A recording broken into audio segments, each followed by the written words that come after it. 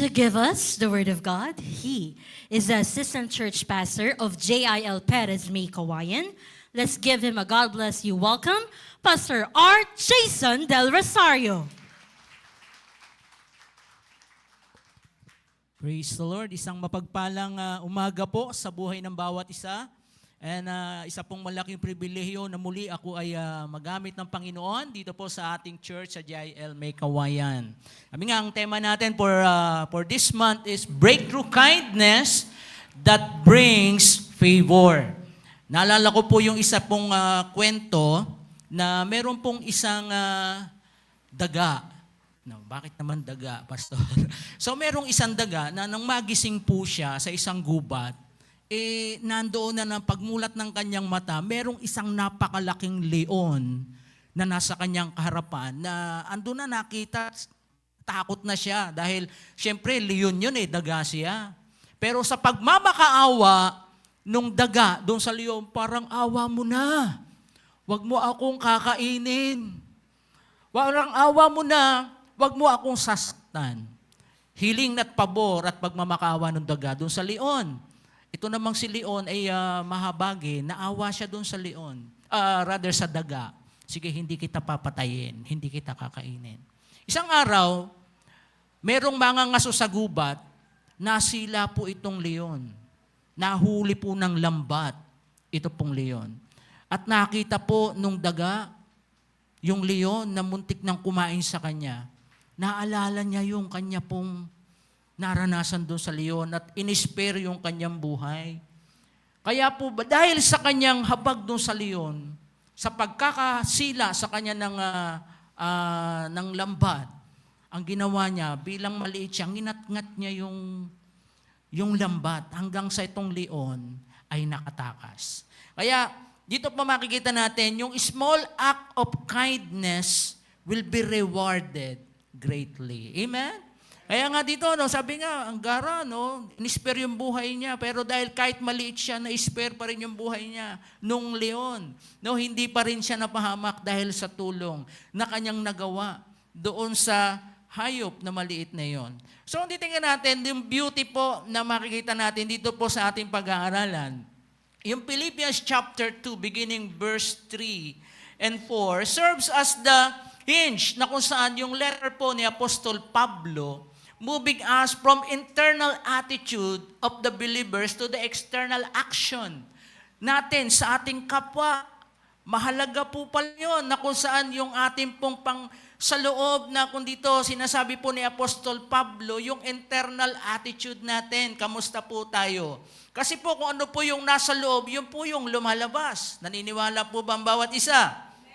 So, dito po makikita natin napakahalaga po na sa buhay natin, unang-una nating susuriin talaga ang ating mga sarili. Sa pagbubulay natin ng salita ng Diyos, unang-una dapat binubulay natin at sinasaliksik natin ang ating pong mga sarili. Ang aking pong naisibahagi, ang title po nito, ang sermon title natin, The Lowly Origin of the Great Things.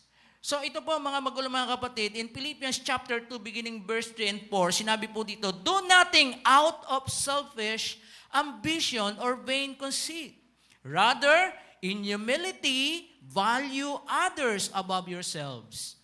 Not looking to your own interest, but each of you to the interest of the others. So ano connection mga magulang mga kapatid? Pasok tayo. So in the kingdom of God, kindness isn't just being nice. Sa kaharian ng Diyos na hindi po ibig sabihin na sa kaharian ng Diyos na nice lang yung kindness or ganun lang. It is a product of specific heart posture.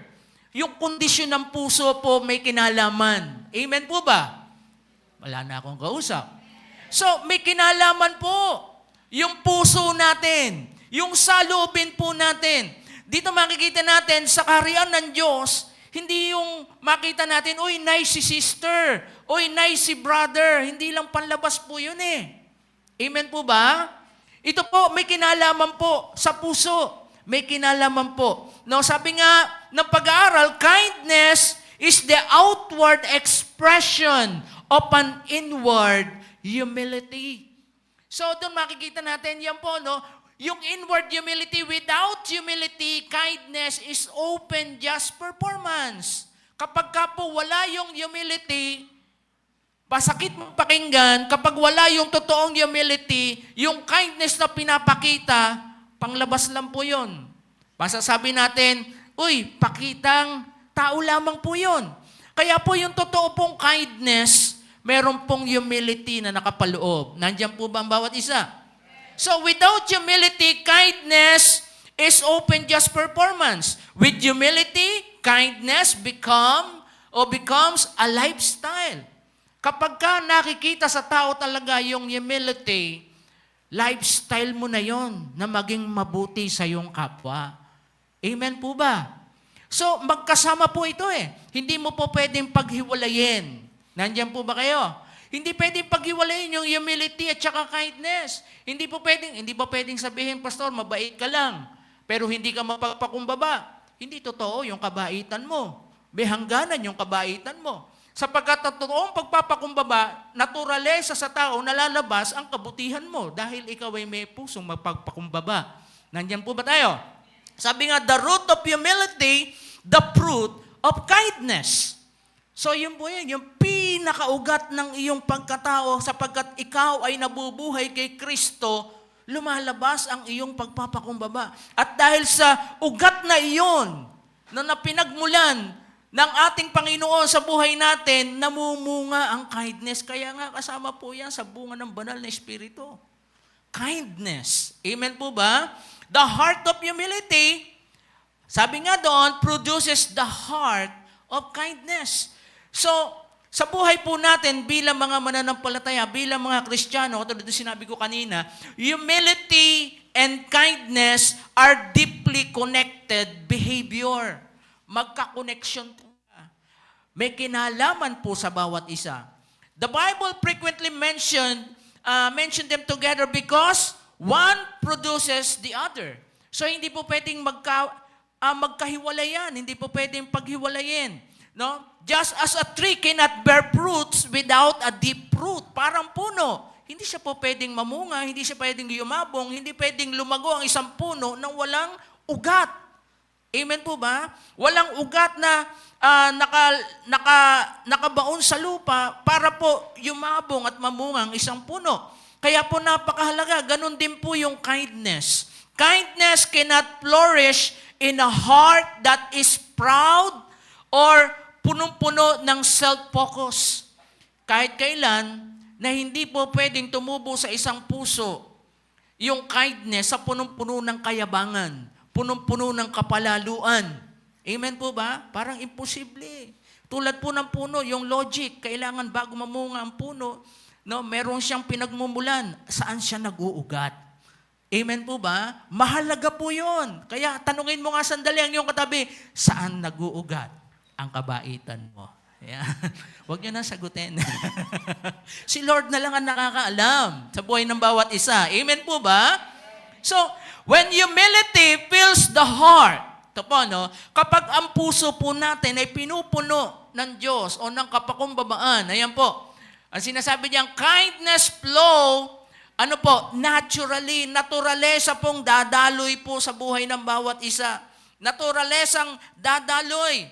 Ito pong pagpapakumbaba o yung kindness. Not because we are forced to do it. Hindi dahil, sinabi kasi ng nanay ko inutos kasi ng tatay ko dapat magpakabait ako. Kailangan pa bang itutos yon sa buhay ng bawat isa? Uy, magpakabait ka. Minsan talaga naman, mga magulang, anak, magpakabait ka. Pag anak natin, alam natin, maliit pa, hindi pa alam hindi pa kumpleto ang knowledge about good and evil, hindi po ba, yung mga batang anak natin, tinuturuan natin ng tamang asal. Tinuturo natin kung ano po yung good and right conduct. Amen? Pero kapag ikaw may tama ng pag-iisip, kailangan pa bang sabihin sa'yo, magpakabait ka. Kung may tama ka ng pag-iisip, parang mahirap pong sabihin yun at iutos pa, kailangan pa iutos na magpakabait ka. Pero sinasabi rin ng Bible na tayo po, katulad nito, magpakabuti tayo, magpakabait po tayo. Amen po ba? Hello? So, napakahalaga po na ito po yung kabutihan, naturalesa ang dadaloy kapag ka meron kang kapakumbabaan. Hindi pinupersa ito o kinakailangan gawin mo ito para magpa-impress. Kaya nga nauso yung salitang sip-sip yun. Sorry sa word, di po ba? Lalo na po, mga na-estudyante, pagka nakita nila, nauungusan nila yung isang kaklase nila, sagot na sagot. Minsan kasi sinasabihan ko po yung anak ko, anak, yung pamangkin ko, magtataas kayo ng kamay, magre-recitation kayo. Alam nyo ba, nung nag-aaral ako, sabi ko sa kanya, panay taas ang kamay ko. Kahit mali yung sagot ko, nagtataas ako ng kamay. Sabi ko gano'n.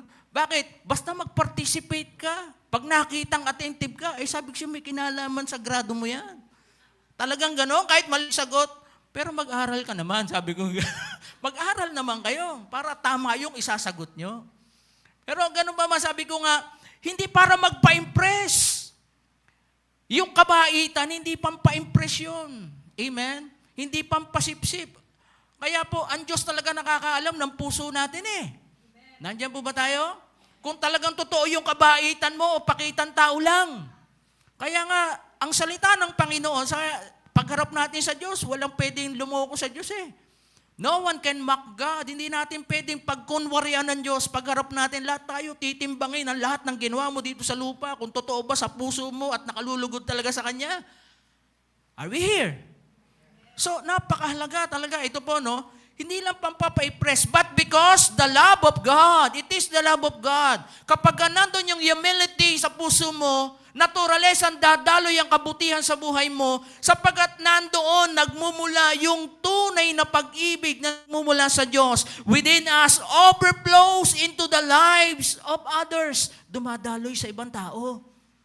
Nandiyan po ba tayo? Kapag totoo yung pagmamahal mo, lalabas yan eh. Amen? I-share mo sa iyong kapwa. Without humility, mga magulang, mga kapatid, pride takes the root. Kapag wala pong pagpapakumbaba, vice versa lang po yan. Logic lang. Kapag hindi ka mapagpakumbaba, ano kapalit? Ano ang kabaliktaran? Ikaw ay mataas. Pride take over. Siya ang pupuno sa ugat ng puso mo. Yung pride. So pride, focus on self. Saan nakapokus ang pride? Sa sarili. Yung self-righteousness, doon lalabas yan. It makes people easily offended. Madali ka maka-offend ng tao. Vice versa, ikaw rin naman. Parang ganun, madali ka rin ma-offend. Anyan po ba? So, madaling mag-judge. Minsan ang tao ngayon, madaling mag-judge. No? Binabasa ang tao base sa itsura. No? Sapagkat ang tao ngayon, gano'n naman talaga. Kapag pinapanood ka, nagsasalita ka, tinitingnan ko ano itsura nung nagsasalita. No? Ano ba itsura nung nagsasalita? Malaki yan nung nagsasalita. No? Mataba, payat yung nagsasalita. Gano'n ang tao, mapanghusga. Sabi mo sa katabi mo, hindi ikaw yon. Yung katabi mo. Joke lang po. So, ito po, no, makikita natin na tayo pong lahat, gano'n din eh, and resistant to serving others. Kapag ka po, ang puso natin puno ng pride, ang hirap, parang ang hirap tumulong ng totoo sa iyong kapwa. Nandiyan po ba tayo? Hello? Tumulong ka nga, pero pagtalikod ng tinulungan mo, kakapagod na. No? O, pustahan, anya tayo, nakipagpustahan pa. Sa isang buwan, lalapit ulit sa akin yan, hihingi na naman ng tulong. No? Minsan, gano'n ng tao eh. Tumutulong ka nga, pero may sinasabi. Pero ang totoo nun, hindi totoo yung pagtulong mo, hindi totoo ang kabaitan nyo. Sapagkat ang totoong kabaitan, hindi mo kailangan isumbat ano man tinutulong mo sa iyong kapwa. Nandiyan po ba tayo? Kasi ang totoong tumutulong, sabi nga, kapag ikaw'y nagbigay, hindi na dapat malaman ng iyong kaliwa, ang tao sa kaliwa. Amen? Hindi mo na kailangan i-broadcast pa na ikaw'y tumutulong. Hindi mo na kailangan ilathala pa sa anuman, sa social media na ikaw'y tumutulong. Mas mainam na yung tumutulong ka. Walang taong nakakaalam na tumutulong ka. Sapagkat yun ang totoong pagtulong, yun ang totoong kindness. Kaya nga minsan na pangyayari, kapag halimbawa may lumisan na tao sa mundong ito, di ba ginugunita sa kanyang wake, sa kanyang lamay, doon nauungkat yung lahat ng kanyang kabutihan, nagugulat yung iba kapag yung tao na yun ay totoo sa kanyang pagtulong, nagugulat yung mga natulungan o nagugulat yung mga pumunta nila, ay ganun pala ginawa niya, may tinulungan pala, hindi natin nalaman. Hindi po ba?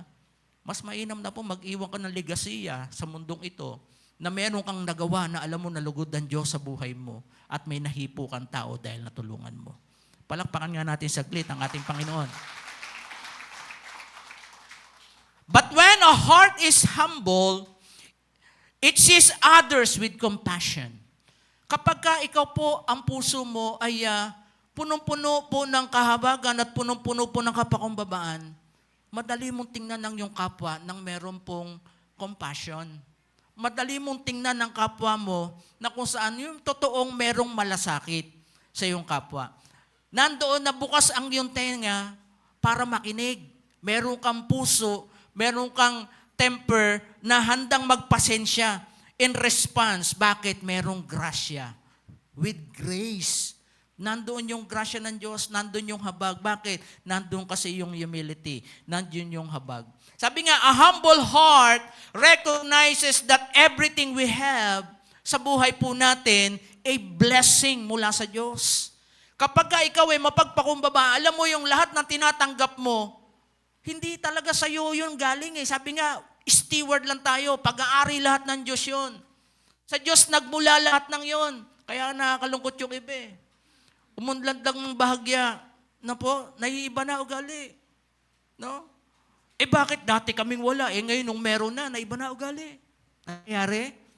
Minsan yung pera, kapag ka nandyan na yung pera, naiba na pananaw natin sa buhay eh. Iba na tingin natin eh. Umunlad lang ng konti, iba na pananaw at tingin sa ibang tao. Kung tingnan na ibang tao, mababang uri na niya, hindi ko na kayo ka-level. Hindi po ba? Nababago ang level ng ugali. Hindi level ng pagkatao, hindi level ng estado sa buhay. Ano nababago? Puso. Kaya po, yung totoo pong may humility-ness, nakikita niya po yung lahat ng bagay na meron siya, ito po yung nanggaling sa Diyos. Even yung hangin na nilalanghap natin, dapat po, pinagpasalamat natin sa Diyos, alam natin ito hangin na nilalanghap ko. Libre kong nilalanghap, samantalang yung mga nasa ospital, kailangan bumili ng oxygen para makahinga ng maayos. Naalala ko yung anak ko, si Adi, yung kasama ko ngayon. Doon bata po yan, asthmatic. Di ba pagka ang anak natin asthmatic, kailangan mong bumili ng nebulizer. No? Para siya makahinga ng maayos, kinakailangan mong ibili ng nebulizer at pasingutin mo dun sa nebulizer hanggang sa lumuwag yung kanyang paghinga. May gastos? Yes. So sa mga hindi nakaranas nun, pagpapala po yun, yung hangin na nilalanghap mo, wala kang kailangan i-nebulize. Hindi mo kailangan i-intubate. Bakit? Yung hangin na nilalanghap mo, libre. Dahil galing sa Diyos, yung hangin na yun. Pakpakan nga natin saglit ng Diyos. Samantalang yung iba, umasenso lang ng konti. Yung mga anak, nagkaroon na ng trabaho. Kung utus-utusan na yung magulang, sorry to say, nagkaroon ka lang ng trabaho. Kala mo ikaw na lahat ang kayang bumuhay sa buong pamilya mo. Nakakalungkot, hindi po ba? Tandaan mo, ang buhay natin lahat ng galing sa Diyos. Sabi nga, sinilang tayo ng lahat ng hubad eh. Babalik tayo ng wala sa Panginoon. Amen po ba? So, doon makikita natin, yung mapagpakumbaba, nakikita niyo lahat ng bagay na meron tayo, ito'y pag-aari lahat ng Diyos. Makita natin yun. Nasa lahat ng bagay, it is because of God's grace. When we acknowledge God as the source of all we are, it becomes natural to extend kindness. Kapag nalalaman natin yung lahat ng bagay na meron tayo, pag-aari ng Diyos, dapat ma-stick sa ating isip at puso. Yung bagay na meron ako, galing sa Diyos to eh. Naging katiwala lang ako eh. Dapat doon pa lang makita mo, pwede kong extend yung kindness na binigay sa akin ng Diyos. Dahil ikay katiwala lamang po yun. Extend yung mercy sa ibang tao and love the people around us. Amen po ba? Ilang bagay nais kong iwan. Number 1, ano po yung killer ng kindness? May pumapatay po kasi sa kindness eh. So, number 1, sa verse 3, letter A, the killers of kindness. Sabi po doon sa verse na yon, sa verse 3, letter A, do nothing out of selfish ambition or vain conceit. So, ito po yung pumapatay. Sabi po yung Greek word po na ginamit po dito ay erytheria. yung self-ambition, erytheria, no? Na makikita natin, ito po ay nagiging lason o pumapatay sa kabutihan. Originally referred po ito, no, sa salitang hireling, no? Someone who work only for pay. Mga tao nagtatrabaho para lamang kumita. Hireling, upahan, sa madalit sabi. Yung para kumita, overtime, it came, may describe, sabi nga, yung parang partisan spirit. Or seeking of followers and office of unfair means. So, how it kills kindness? Paano ba pinapatay? No? Paano pinapatay nito ang kindness? Yung selfish ambition.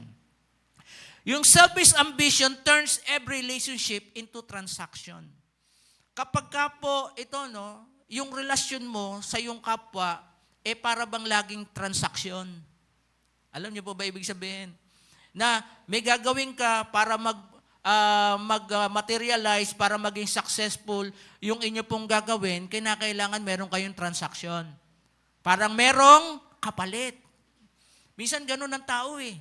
No? Oy, gagawin ko to sa isang banda. Kailangan paboran mo ako. Okay, papayag ako, pero kailangan meron akong kondisyon. Ganyan po ang tao eh. Minsan, may mga bagay para suportahan mo ang isang bagay, kinakailangan meron kang ibalik in return. When you are driven by these things, mga magulang, mga kapatid, ang trato mo sa kapwa mo, no, hindi na para pahalin, ito'y para lamang transaksyon. So there are tools para bang bagay na, uy, may pakinabang ako sa'yo. Gano'n naman ang tao ngayon eh.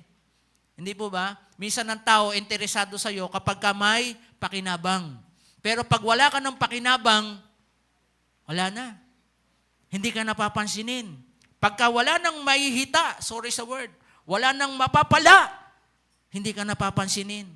Pero hindi po yun eh. Yun po yung pumapatay sa kindness.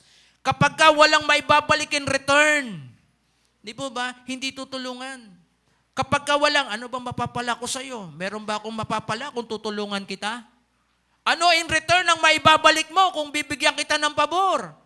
Yan po ang nagiging dahilan para mamatay po yung kindness. So ano po yung nagiging sintomas nito kapag ka po ganun na pala yung pakikitungo natin? Kapag ka po tayo po ay nagpapakita lamang ng kindness, you only show kindness when it benefits your own agenda. Kapag ka nagbe-benepisyo lang yung agenda mo, doon ka lang mabait. So, ganon, pastor, para bang mag-asawa lang, no? Mabait ka lang sa asawa mo pagka nandyan na yung kinsenas katapusan. Totoo ba yan? Pero pagkatapos ng kinsenas katapusan, hindi na mabait. Nakasimangot na lagi si Mrs. Pastor, hindi totoo yun. Kalabitin mo nga yung asawa mo, totoo ba yun? Ano ang sagot? Kayo na lang po ang mag-usap. So, kindness. Parang, pastor, nakaka-relate ako ha. Totoo yan. Sabi, totoo yan sa asawa ko, mabait lang sa akin pag araw na sweldo. Pero pagka upos na yung sweldo, andyan na naman, nakasimangot na naman. So, yun po, ano, yung sintomas, nakikita na, ganun ba sintomas? Kapag ka po yung kindness, pinapakita lang, pagka nagbe-benepisyo yung agenda mo, yung personal interest mo, no? If there is no ROI, ano yung ROI? Return of investment. Kung walang return sa akin yan, wala akong pakialam sa iyo. Walang kindness. So, ano yon? Magiging being nice ka lang kapag ka merong ROI, kapag may return of investment. Ano po yung pangalawang pumapatay ng kindness? Yung vain conceit. Ano po ibig sabihin nun sa Hebrew o sa Greek word? Kenodoxia. No? Ang ibig sabihin ay walang kabuluhang pagmamataas. So ito po yung pumapatay. No? Yung pong self-glorification, yung sobrang pagmamataas, literally translated, empty glory. Yung tingin mo sa sarili mo, ang taas-taas mo. Pero ang totoo, ang liit-liit mo. No? Yung tingin mo sa sarili mo, ang galing-galing mo. Pero ang totoo, hindi ka naman magaling. Tingin mo lang sa sarili mo. Tingin mo sa sarili mo, matalino ka. Ganun ako nung araw eh. Ang tingin ko sa sarili ko, matalino ako eh. Ako lang pala nakakaalam nun eh. So, ganun po mga tao ngayon na kung saan titingnan natin, ito'y pumapatay sa kabutihan kapag ang tingin niya sa sarili niya, napakagaling niya, napakahusay niya. No? Wala nang tatalo sa kanya. So, ito po yung mga bagay na pumapatay ng kabutihan. So, it is the desire to praise for things that don't actually matters. Mga bagay na kung saan na kung titingnan natin, wala namang kabuluhan. Or the delusion of being more significant than only true is. So ito po yun, yung pumapatay sa kindness. Ano pa po? Yung feel of pinch of annoyance, yung kurot ng inis na kung saan kapag ka nakikita mo, may nakakaangat sa'yo. Ano tawag doon? Sa Tagalog, inggit. Amen? Ang sakit naman yan. Bakit? Inggitero't inggitera ka ba? Totoo po eh. Pumapatay ng kabutihan yung inggit. Lalo na kung kapitbahay mo, umaasenso, umuunlad. Ano ba trabaho niyan? Kinriticize mo na. Yan naman eh. Illegal yan. Siguro drugs yan. Makita mo, bumili ng kotse, pinaayos yung bahay, ang daming ganyan ganito. Naiinggit ka na. Bakit? Nagagalit ka sa asenso na ibang tao eh. Hindi ba? Pumapasok na yung inggit sa buhay mo. Anong pumapatay dyan? Yung kindness eh. Wala namang ginagawa sa iyo yung tao. Bakit ka naiinis? Bakit ka nagagalit? Amen? May mga taong gano'n, naiinis kapag nauungusan sila. Naiinis kapag nakita nilang may umuunlad na kanilang kapwa. Ano nawawala sa iyo? Kindness eh. So yung totoong may kindness, yung may humility, no, umunlad man yung iba, hindi ka naiinis. Nagagalak ka, nakikisaya ka, nakikiselebrate ka. Bakit? Umuunlad sila. Yan ang nagiging problema sa Pilipino eh. Kapag kami umaasenso, ano hinagawa? Hinahila pababa. Amen? Hahanapan ng butas yan. Ay, pustahan tayo. Nakikipagpustahan. Ay, sabi ko sa'yo. May tinatago yan. Ay, hindi po ba? Ganyan po nangyayari sa bansa natin ngayon eh. Hinahanapan kung sino yung matino, kung sino yung nagpapatupad ng tama. Hinahanapan ng mali, binubutasan ng wala namang butas. Hindi uunlad. Bakit po? Wala po yung espiritu ng kindness. Wala po yung humility. Amen po ba? Pumapatay. No? Ano sintomas? Yun po yun eh. Kapag ka nakikita mo sa sarili mong maiinggiting ka na, palapuna ka na, pero hindi mo pinupunang yung sarili, ayan na sintomas. Sintomas na pumapatay na ng kabaitan, ng humility, yung buhay mo. Ano po susi? Ano po gamot? Ano antidote? The mind of Christ. Ang gamot po diyan, the mind of Christ. Paul doesn't just diagnose the problem. Hindi lang niya diniagnose ano problema. Ano po? He provides the cure in the second half of the verse. Dito, no, yung famous Christ hymns that follow the sheep. Dito makikita natin, ano, yung perspective una, ano yung pumapatay. Yung pumapatay, ito po eh. No, yung inggit, no, ano ang sagot, ano ang antidote, no? Makikita natin ang antidote para saan? Sa selfish ambition, ano po? Lowliness in mind. Sinong meron nun? Ang ating Panginoon. Yung mind of Christ. Amen po ba? Doon makikita natin ano resulta. Kapag ka meron kang mind of Christ, you serve without needing any credit. Kahit na tumutulong ka, hindi mo kailangan ng credit, hindi mo kailangan ng papuri ng iba. Nandiyan po ba tayo? Hindi mo kailangan ma-recognize. Amen? So, yun po yun eh, mga magulang, mga kapatid, na makikita natin, yun ang susi, antidote, para po tayo po ay magkaroon ng ganito pong puso at yung pagpapakumbaba. Pangalawa po, the posture of humility. In verse 3, letter B, rather, in humility, value others above yourselves. So, dito makikita natin, value others above yourselves. So, pagpapakumbaba, ano bang postura ng pagpapakumbaba sa tao? Ano bang itsura niyan kapag sinasabing ikay mapagpakumbaba? Ito ba yung mga taong lagi nakayuko? Pagdadaan sa tao may nag-uusap, na kayo ko, tabi-tabi po. Ganon po ba yung mapagpakumbaba? Hindi lang po ito outward appearance eh. Hindi lang po ito gesture. Amen po ba? Sabi po doon, defining humility, it isn't thinking less of yourself. It's thinking of yourself less. Sabi po ni C.S. Lewis, humility is nothing thinking less of yourself. It's thinking of yourself less. So, yan po sinabi ni C.S. Lewis. So, in this Philippians chapter 2, verse 3, mga magulang mga kapatid, the posture of humility isn't about self-loathing or pretending to be small. Hindi po ito yung pagpapakita na kung saan, wala ako.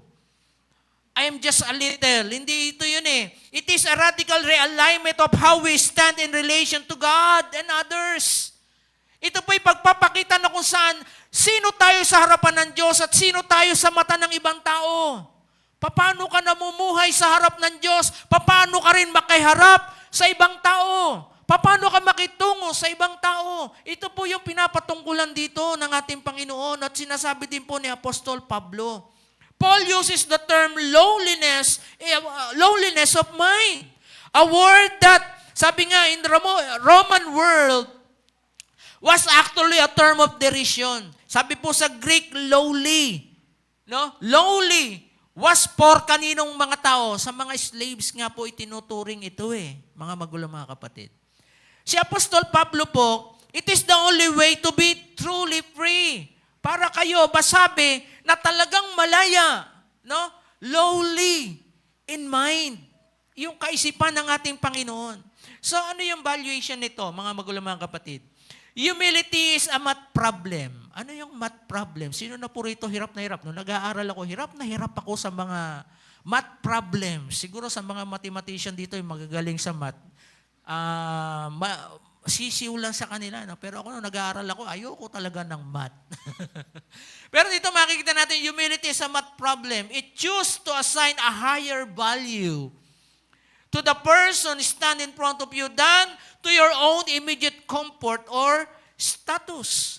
So, ito pagbibigay high value sa ibang tao kumpara sa iyong sarili. Are we here? So, when the heart is humble, kindness becomes the natural response because you see the other person as worthy of your care. Kaya dito makikita natin, ito po yung shift noon eh. Yung puso na mapagpakumbaba, naturalesa again na sinasabi doon, yung kindness becomes nagiging natural. Natural. Kamusta tayo sa ating kabutihan sa ating kapwa? Natural po bang lumalabas? Kamusta po? Natural po ba? O, ayun po, examinin natin ang ating sarili sapagkat tayo po at ang Diyos ang nakakaalam ating pong mga sarili. Amen po ba? Kaya dito makikita natin, value others above yourselves. So yun po, napakahalaga. Ito po, naging slogan din po ito ng mga nagtatrabaho sa gobyerno na kailangan unahin ang kapakanan ng mamamayan bago ang kanilang mga sarili. Hindi po ba? Bilang public servant, sino ang una? Dapat yung mga mamamayan muna. Pero tayo sa harapan ng Diyos, ganun din eh. No? I-value natin yung iba bago ang ating mga sarili. Amen po ba? So, dito makikita natin na napakahalaga po. Yung internal emptying, the posture of humility requires a clean out. Ano ibig ko sabihin? Ito pong 2 killers na pinag-aralan po natin, na tinukoy po natin, yung self-ambition and vain conceit. So, kailangan po malinis talaga ito sa buhay natin at pagkatao natin eh. Whether we like it or not, aminin man natin sa hindi totoo yun eh. Tayo po, meron tayong mga kanya-kanyang yabang sa buhay. Sige nga po, sino amin dito hindi mayabang? Kapag may nagtaas dito ng kamay, siya pinakamayabang na nakita ko sa pagkatao ko. Amen po ba? Lahat tayo may kanya-kanya tayong yabang eh. Lahat tayo may kanya-kanyang pinagmamalaki sa buhay. Amen? May mga pansariling, sabi nga, doon makikita natin, self-ambition sa buhay na ito. Kaya po, doon kailangan ng clean out. Imagine natin, yung isa pong cup na punong-puno po ng buhangin. Yung isang baso na punong-puno ng buhangin, paano mo sasalinan ito ng tubig kung meron ng laman yung cup? Ano ang kailangan mong gawin? Kinakailangan mong tanggalin ang laman. Itapon ang puno na buhangin sa loob ng cup. At pagkatapos, saka mo salinan ng malinis na tubig. Amen po ba? Nandyan po ba tayo? So, kailangan po, you cannot fill it with water until the sand is poured out. Hindi mo malalagyan ng tubig kapag ka mayroong laman. The same thing with your heart. Kapag ang puso mo ay punong-puno ng kayabangan, kapag ang puso mo ay punong-puno ng kapalaluan, mga anumang hatred sa puso mo, hindi na kailangan pa at malalagyan at masisidlan. Bakit punong-puno yung puso mo eh? Amen? Are we here? Paano mapupunuan ng kabutihan ng Diyos? Paano mapupunan ng kahabagan ng Diyos? Paano mapupunan ng kapakumbabaan? Paano mananahan ng Espiritu ng Diyos kung ang puso mo ay punong-puno ng mga negatibong bagay sa buhay mo? Anong kailangan mong gawin? I-clean out. Kailangan mong malinis sa pamamagitan ng kapangyarihan at dugo ng ating Panginoong Hesus. Kailangan mong ma-born again. Amen po ba? Kailangan mong mabago. Kailangan mong ma-born again. Sapagkat walang magsasabi na, binago na ako ng sarili ko. Wala akong nakita na taon-taon na lang, tuwing January 1 o December 31, nagsasabi ng kanyang New Year's resolution. Marso pa lang ngayon, kamustahin natin yung New Year's resolution. Natupad kaya? Di ba hindi? Lalo na kung ang usapin ay pagbabago. Pagbabago sa kanyang pagkatao, pagbabago sa ugali. Amen? Ay sasabihin niya, magpapakabait na ako. Sabi nga nung kanta, kinanta nung nakaraan ni Pastora Diwani, gusto kong bumait pero di ko magawa. Hindi mo talaga magagawa na bumait sa sarili mo dahil si Jesus lang ang kayang bumago ng tao. Siya lang ang naguhugas ng lahat ng ating mga kasalanan sapagkat siya yung namatay sa krus ng Kalbaryo. At dahil doon, tayong lahat natatanggap sa Kanya, may kapangyarihan ng banal na Espiritu para tayo'y baguhin sa ating pagkatao. Amen? Palakpakan nga natin saglit ang ating Panginoon. So yun mga magulang, mga kapatid, clean out. Clean out natin yung puso natin. Ano nagiging hindrance? Hindi ka maging mabait. Baka totally hindi ka pa born again, kaya hindi ka bumabait. Amen? Bakit hanggang ngayon, ang sama pa rin na ugali mo? Pag nasa church ka lang, mabait. No? Pinagtatakpan ka lang ng kapatid mo mga kasama mo dito sa church. Sorry Pastor, bakit mo alam? No? Minsan ganun tayo mabait lang tayo sa panlabas. Sabi ko nga kanina, hindi totoo yung kabaitan mo. Sapagat ang totoong kabaitan, may humility. Amen po ba? Yung totoong binago ng ating Panginoon. Amen? Internal emptying. Papago tayo, palinis tayo sa Diyos. Pangatlo at panghuli, the practice of kindness. Pina-practice pala yun? Well, yes. Sabi mo sa katabi mo, practice tayo. Sa likod, practice tayo. Yan.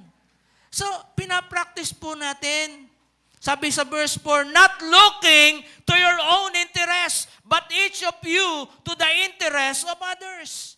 So ano po yung intentional observation? Kindness starts with looking. No, tingnan natin. No? We must take our eyes off. Ano ibig sabihin?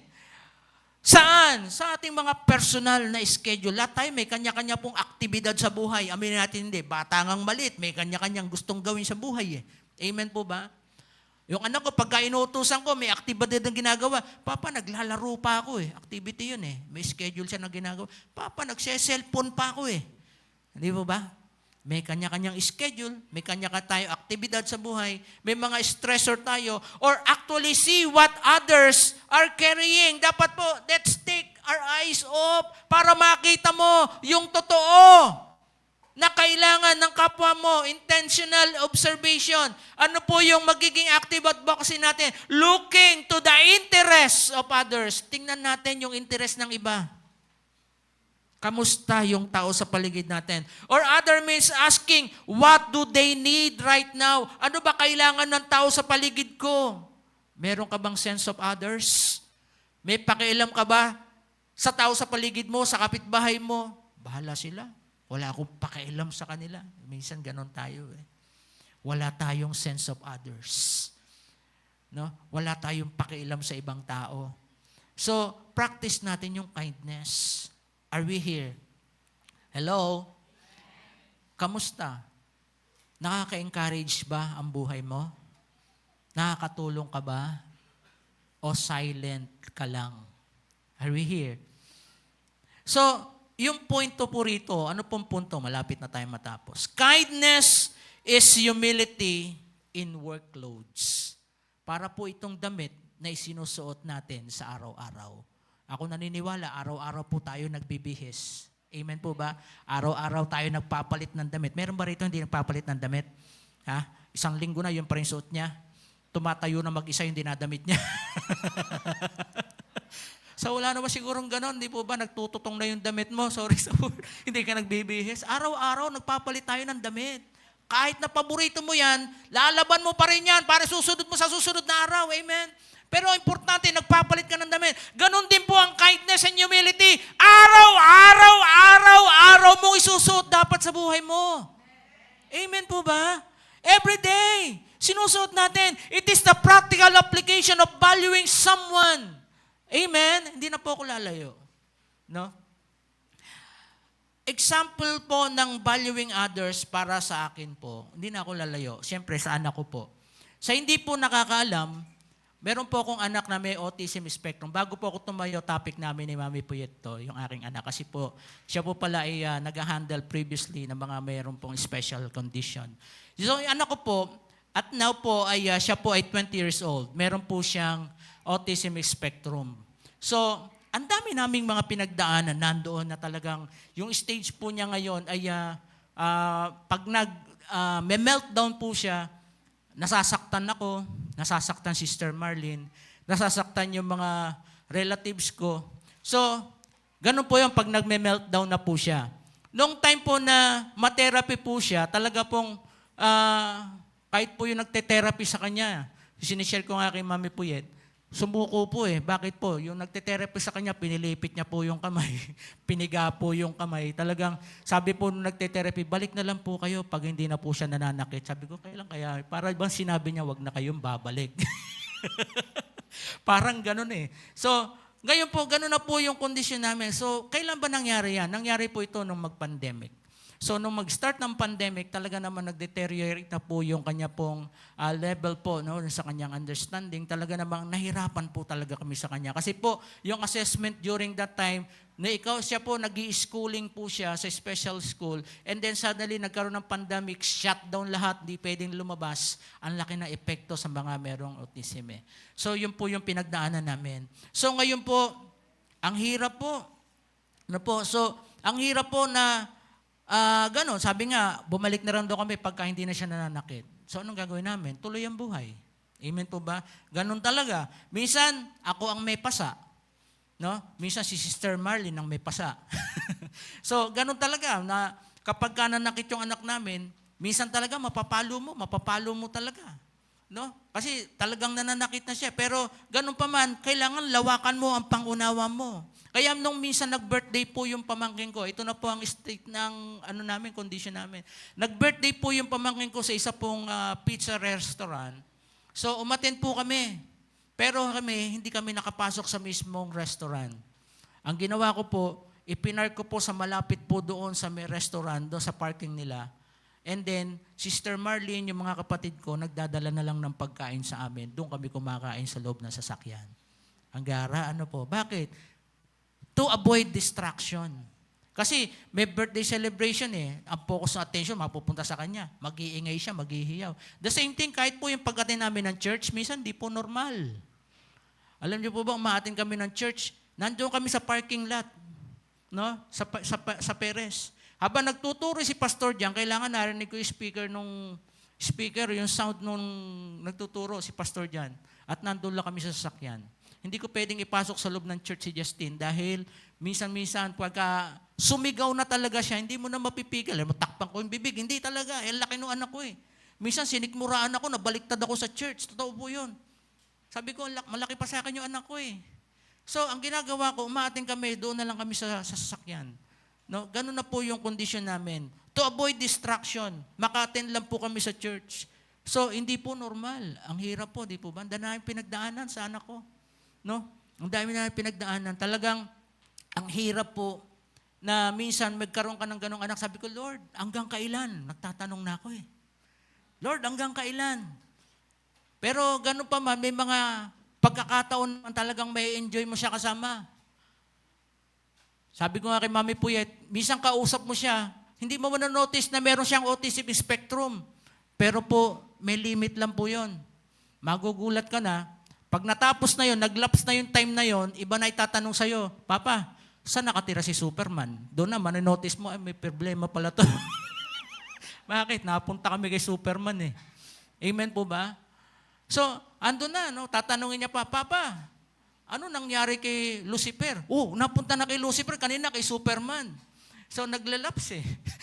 So doon pa man, sabi ko nga, may enjoy mo na lang. Kaya, yun po ine-enjoy na lang namin yung buhay sa Kanya. Kung ano po yung pinagdadaanan namin sa Kanya. Kaya nga po, dahil po sa Kanya, natuto po akong maggupit. Alam niyo po bang pwede na akong maging barbero? Kasi hindi ko na siya pwedeng paggupitan doon sa kapitbahay namin barbero eh. Yung barbero namin kapitbahay, sinikmuraan niya eh. No? Kaya ako na po, kahapon ko lang po ginupitan.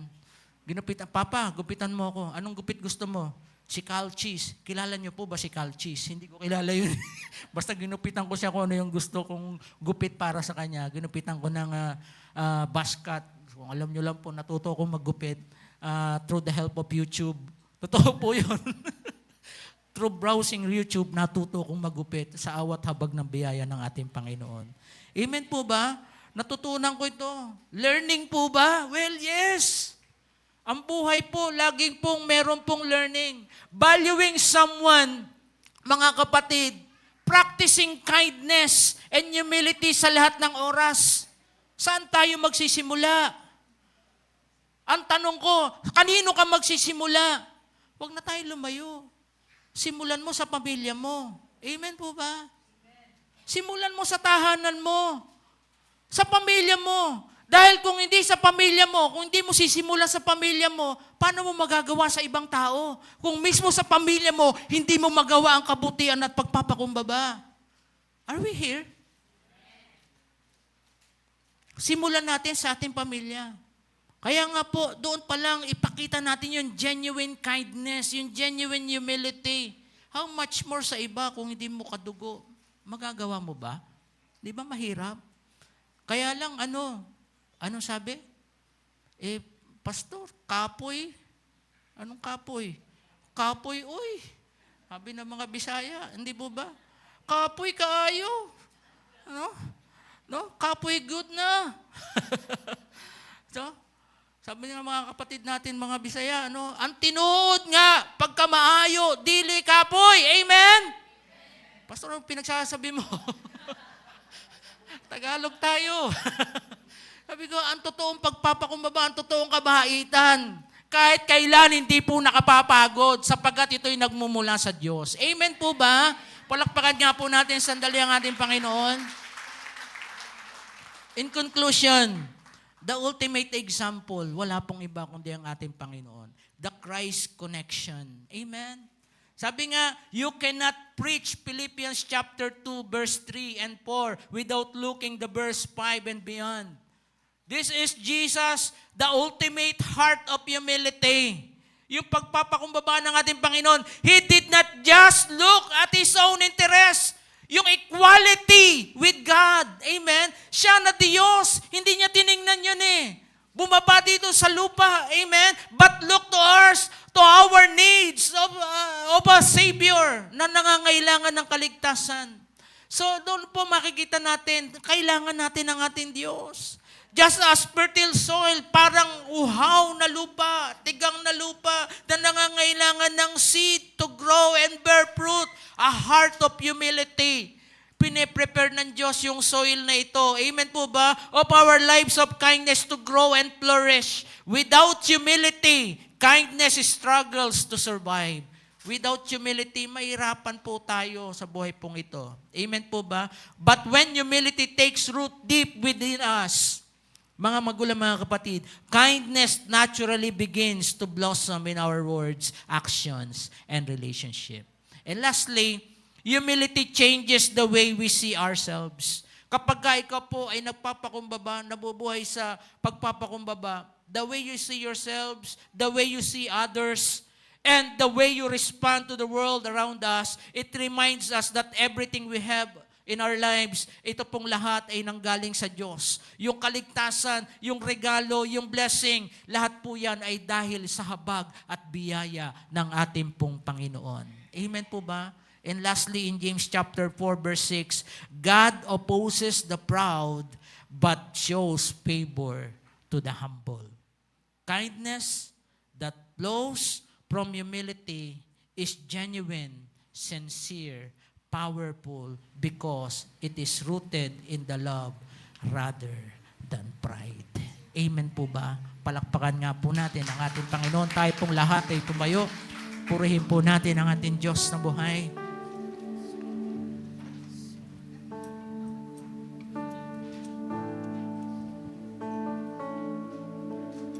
Nothing in this world can satisfy me.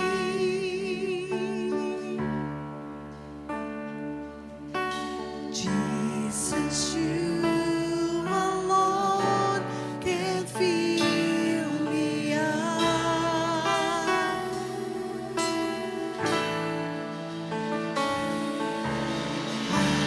Could gain the world and all its treasures,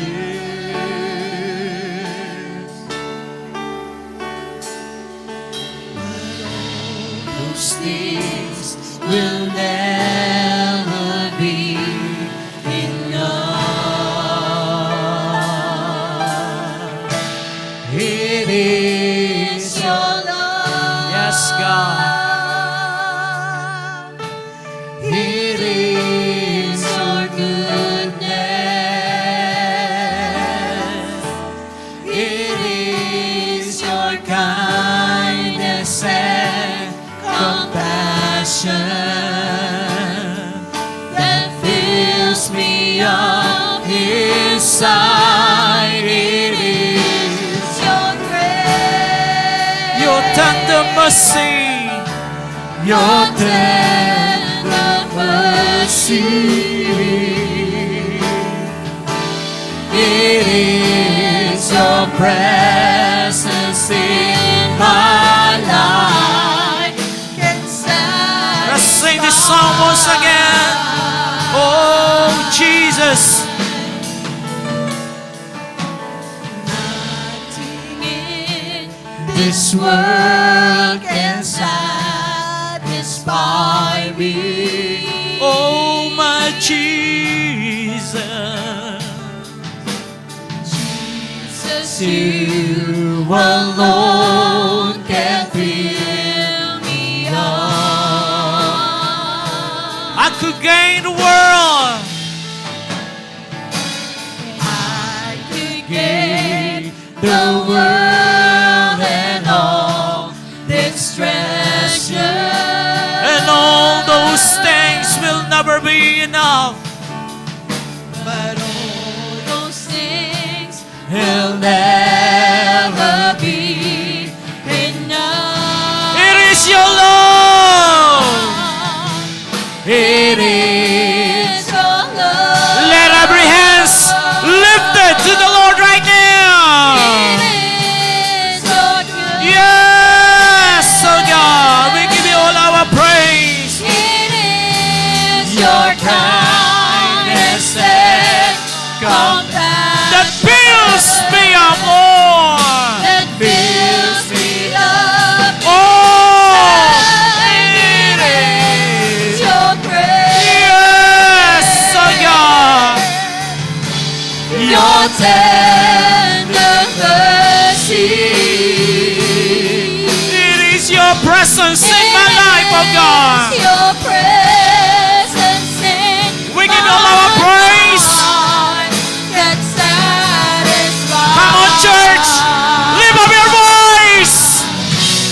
It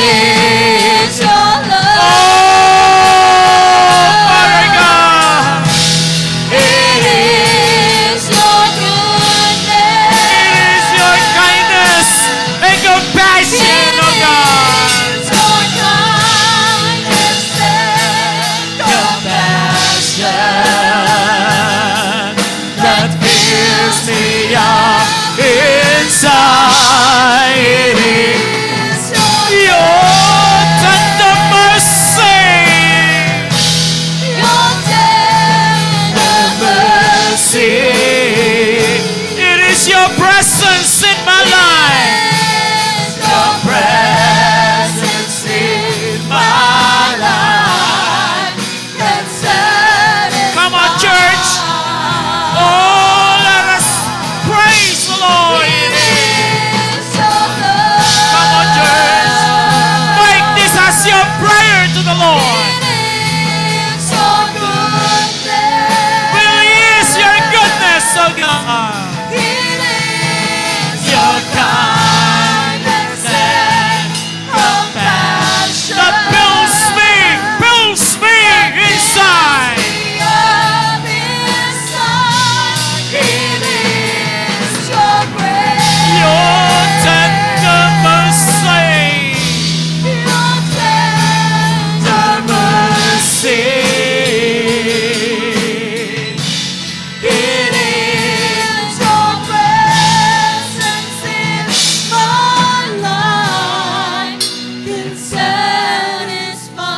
It is your love. Say it to the Lord. Hallelujah. Come on, church. It is your love. Oh, hallelujah. It is your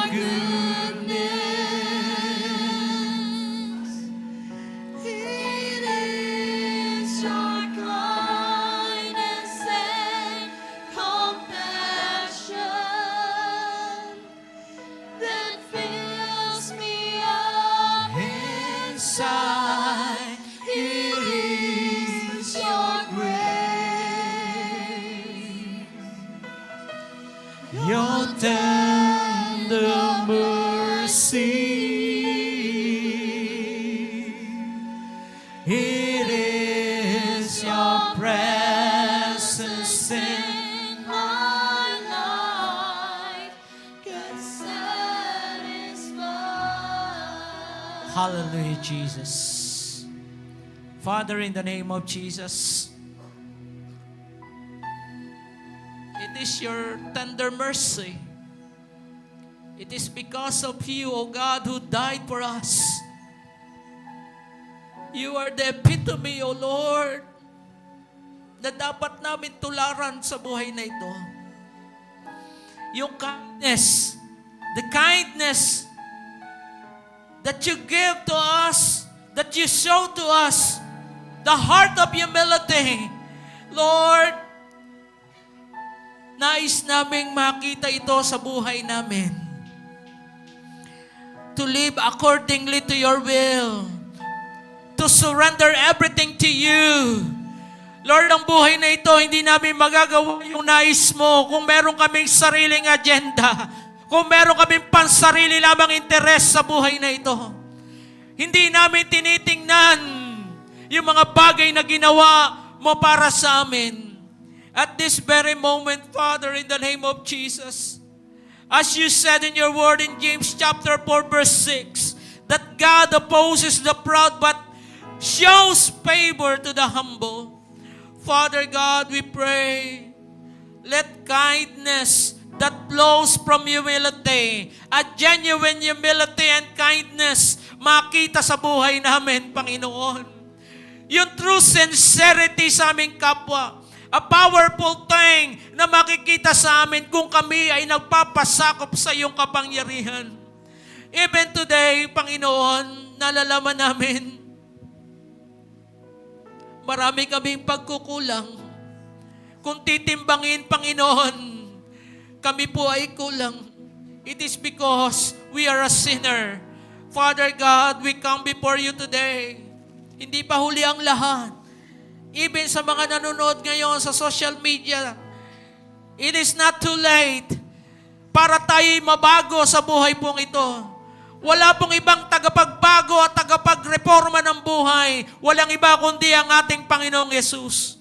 Katulad po ng ating pong pinag-aralan, Lord, the lowly origin of great things, ito po'y nagmumula sa iyo.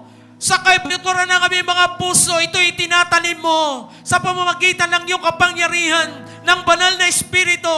Kung ikay mananahan sa tao, mananahan sa amin, mararanasan namin ang kapangyarihan mo. Ang buhay na meron tunay na pagpapakumbaba at kabutihan ay makikita sa amin, O Diyos. Kaya kami lumalapit ngayon. We surrender everything to you, O God. We surrender even our desires, even our motives, and even every agenda na meron kami, anumang plano na meron kami, sinusuko namin lahat ito sa iyo, Panginoon. Lord, take it away all the selfish ambition, even vain conceit sa amin, Panginoon, tanggalin mo ang lahat ng ito sa pangalan ni Jesus. And Father God, we completely surrender our lives to you. Umusal tayo ng panalangin, maging sa naabot, sa anuman, sa social media. Taas natin ang ating kanang kamay. Tanda ng pagsusukot, pag-aalay ng ating buhay. Tanda ng pag-aalay ng buhay at nais nating manahan ng banal na Espiritu sa ating mga buhay. Sabihin natin, Panginoong Yesus, sa oras pong ito, inaamin ko na marami akong pagkukulang, marami akong pagkakasala, simula pa sa aking pagkabata. Sa oras pong ito, isinusuko ko ang aking buhay. Patawarin mo ako sa lahat ng aking mga kasalanan. Linisin mo ako ng iyong mapupulang dugo. At hayaan mo, Panginoon, pumasok ka sa aking buhay. Manahan ka sa aking puso. Magugat ka sa aking puso. Tinatanggap kita bilang Panginoon at aking tagapagligtas. Maranasan ko ngayon ang lahat ng benepisyo ng krus ng Kalbaryo. Itala mo yung aking pangalan sa aklat ng buhay.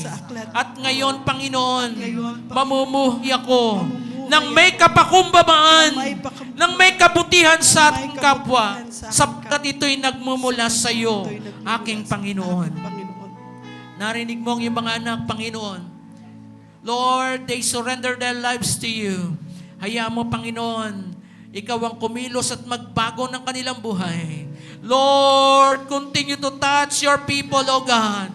From glory to glory, we know and we believe, Lord, you will change, Lord, your people. Lord, from glory to glory, babaguhin mo, Panginoon, sa araw-araw ng aming buhay hanggang sa iyong muling pagbabalik, Panginoon. Lord, manahan ang kaibuturan ng kabutihan ng iyong banal na Espiritu, manahan sa aming mga buhay, sa buhay naming ito. Maraming salamat as we give you all the glory and all the praises in Jesus' mighty name. Everybody say and agree, Amen and Amen. Hallelujah.